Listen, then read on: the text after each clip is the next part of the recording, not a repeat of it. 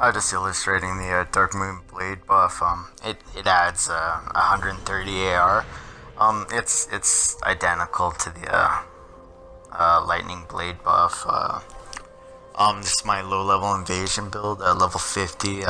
He is somewhat of a twink, having the Avalon and the Hornet's ring. None of the rings are the +1 or +2 variants, but there's really three weapons that I use: the Karthus sword, the Sellsword twin blades, and the Dragon Slayer's axe.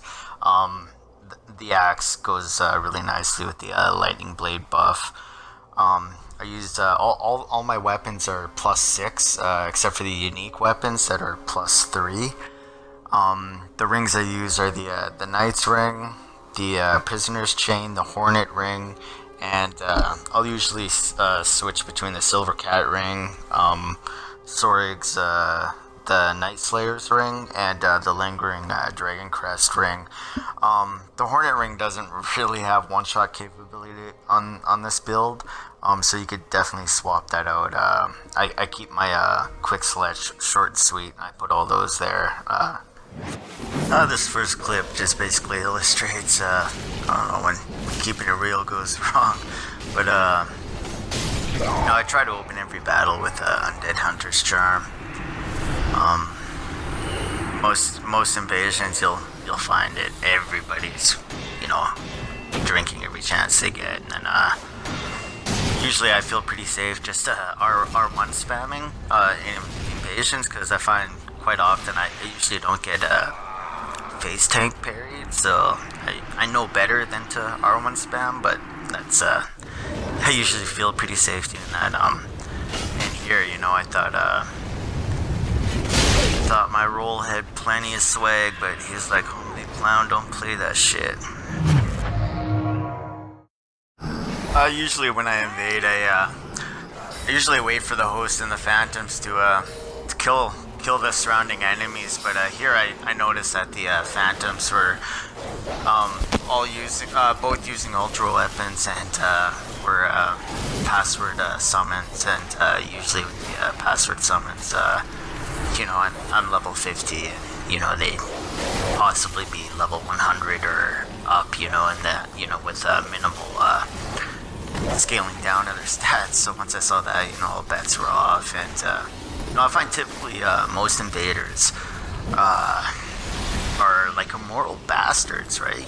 They're just invading to kill the host, at just for some laughs or enjoyment. And me personally, I'm like the loan shark of Dark Souls. So when I invade your world, it's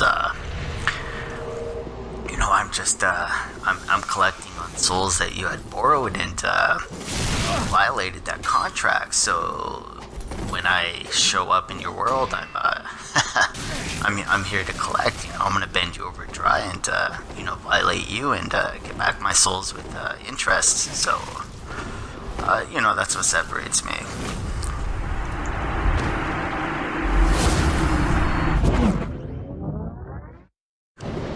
Honestly, I prefer three on ones. It just gets me so excited when I obliterate three people. I honestly feel like the ganker by the end of it all. But for an invader, it basically becomes a war of attrition. You got to keep in mind that individuals are smart, but a group of gankers, for the most part, are fucking stupid. You got to utilize everything at your disposal, from hit and run tactics to like turn and burning, with your weapon. Fire bombs, the throwing knives, and the charms, always the charms. But like a fire bomb's great, not just for chip damage, also for like spacing or parry baits. And throwing knives too, whether it's a poison throwing knife, not everybody has poison, what's that, the purple moss clump at the ready.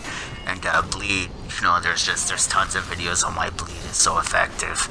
But crossbow, I always like to have a crossbow paired up in my offhand, for spacing, and especially against ultra heavy weapon users. Their animations are so long, along with their recovery frames, and it just makes for a prime opportunity to hit them with a crossbow bolt.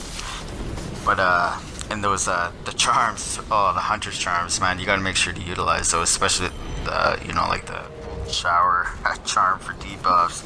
But you'd be amazed at how often a charm will turn a 3v1 into like a 2v1 or a 1v1, just because the person who's been hit with it doesn't want to get hurt after that fact. I rarely ever use charms before, but now that I use them, I win. I win a lot more in my invasions just for that fact alone. 60% of the time, all the time. This was kind of funny. He was pretty adamant that he wasn't ganking, but I invaded him 3 times in a row, and every time I invaded him, he had that Mad Phantom with him. He was scaled down by a password there, and he had the Way of Blue on, and he was chameleoned every time, and he tried to get the sneak attack on me every time I started fighting Phantom, so I just don't see how they weren't ganking. One of the main reasons you'll notice here, like I keep my Estus flasks on separate quick selects. I keep the blue one on the menu screen's tool belt. I do that so that when I go to heal my my FP, I don't, it just saves me from forgetting to go back to my heals. So that way I'm not stuck on the wrong Estus, and I before I started doing that, I'd always forget to switch from my FP Estus back to my Estus, and it would just get me killed all the time. So that's just, it kind of saves me from having that happen.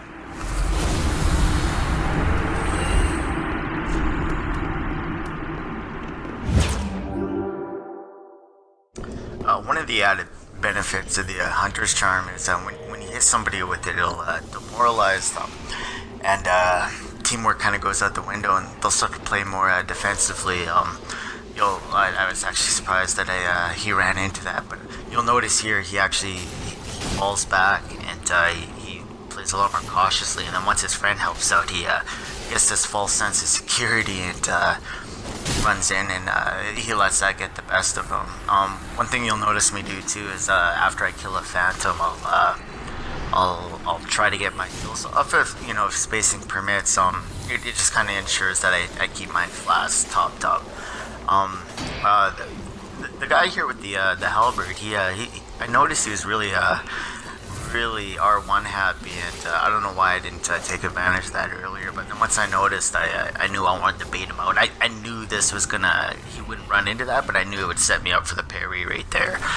And I noticed the host is just standing there, and I kind of figured he would swing and I'd get a wake up parry on him, but he proved me wrong there.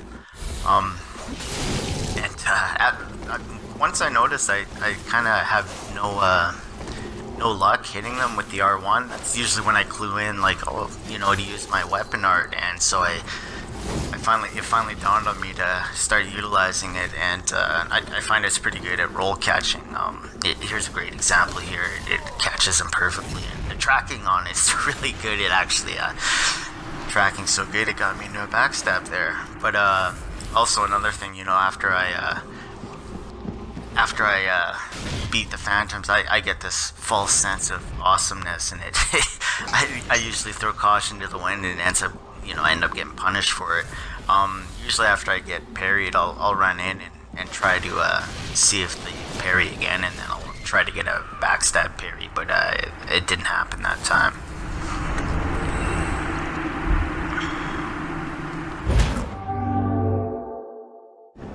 This group here, I invaded them I think 4 times, and the first 3 attempts they were able to kill me. The 2 Phantoms with the host actually worked really well together.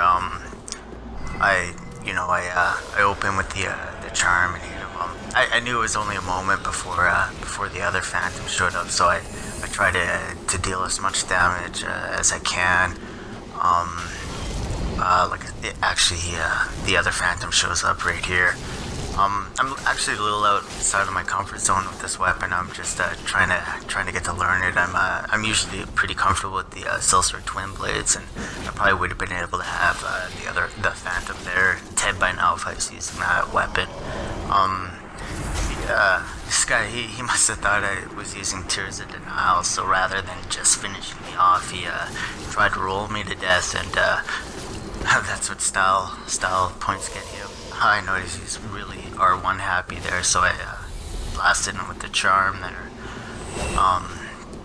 It felt really good to finally be able to come out on top against these guys. And then the host here, for the host, I actually switched to the Silsword Twin Blades. Mainly just for the just so I could roll catch him, because I tried to hit him previously with the Carthage sword, and I just couldn't catch him. So the Twin Blades kind of helped me out with that, and plus two with the combo. You know, anytime he healed, I was able to unleash the R1 into the weapon or combo to kind of punish his heals. I actually kind of I almost felt bad here, because it actually wasn't much of a fight. It was more of an assault, you know. I just chased him around and beat him down like a redheaded stepchild. He more or less just laid down and took it. The other thing with the Silsword Twin Blades here is, you know, they have a habit of, actually he stopped there to try and summon his friend. They have a habit of, you know, once you get a guard break on them, the other, you know, the weapon will still clip them and take them out of the riposte animation, which actually happens here in a bit. Right here, yeah, you see it took him out of the animation, so I couldn't get the riposte on him. So I kind of switched to the R1 to see if I could guard break him again, but I'll take that. That felt good.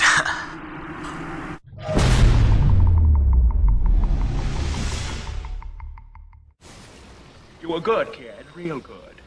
But as long as I'm around, you'll always be second best, see?